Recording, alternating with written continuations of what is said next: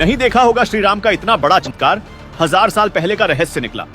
कृष्णा नदी में मिली रामलला की हूबहू मूर्ति, 1000 साल पुराना शिवलिंग भी मौजूद। सबसे बड़ा चमत्कार देखकर सन्न रह गए लोग। हजारों साल पुरानी मूर्ति में अयोध्या के रामलला की छवि। पुल बनाते वक्त कृष्णा नदी को चीर कर निकले रामलला 1000 साल पुरानी इस मूर्ति का है चौंकाने वाला राज। यकीन करिए, ये खबर देखकर आप भी भगवान की शक्ति पर भरोसा कर लेंगे। जो लोग सनातन पर सवाल उठाते हैं, उनको ये खबर जरूर देखनी चाहिए। आज इस खबर को इतना शेयर करिए कि पूरी दुनिया को सनातन की ताकत और प्राचीन होने पर भरोसा हो जाए।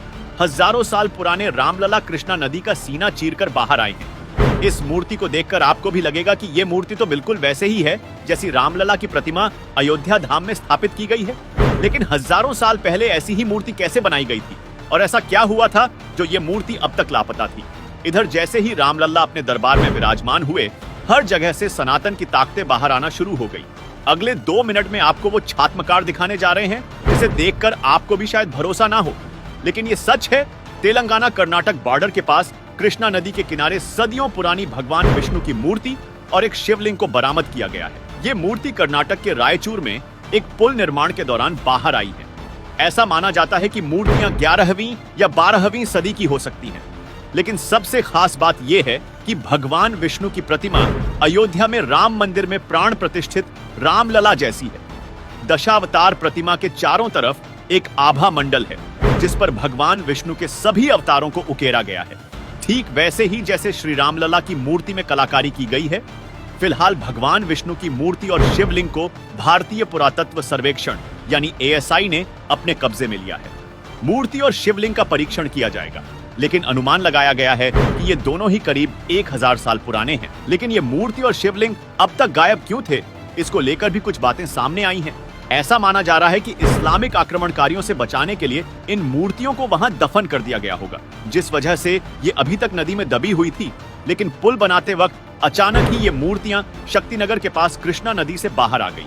वहां काम कर रही टीम ने उन्हें सुरक्षित निकाला और तुरंत स्थानीय प्रशासन को इसके बारे में बताया।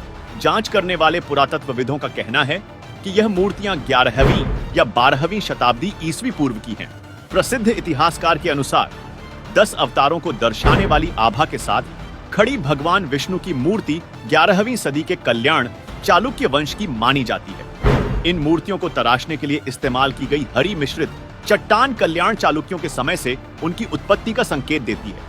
अनुमान लगाया जा रहा है कि इन कलाकृतियों को अंतरधार्मिक युद्धों के दौरान विरोधियों से बचाने के लिए जानबूझकर नदी में डुबोया गया होगा। रायचूर विश्वविद्यालय में प्राचीन इतिहास और पुरातत्व व्याख्याता पद्मजा देसाई ने कहा कि भगवान विष्णु की मूर्ति किसी मंदिर के गर्भगृह की शोभा बढ़ाती होगी। मंदिर के संभावित विनाश के समय उसे नदी में गिरा दिया गया होगा।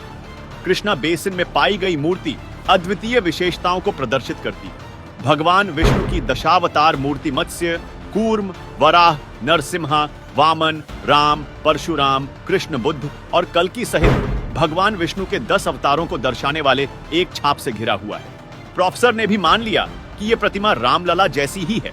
प्रतिमा के 4 हाथ हैं, जिसमें 2 ऊपर उठे हाथ में शंख और चक्र है। नीचे की ओर किए 2 हाथ आशीर्वाद की मुद्रा में हैं। इससे पता चलता है कि यह प्रभु विष्णु की ही प्रतिमा है, लेकिन इसमें भगवान विष्णु के वाहन गरुड़ का चित्रण नहीं है। इस मूर्ति को देखकर हर कोई हैरान है और इसे प्रभु राम का ही चमत्कार माना जा रहा है। लेकिन आप इसे लेकर क्या सोचते हैं, कमेंट में जरूर बताएं।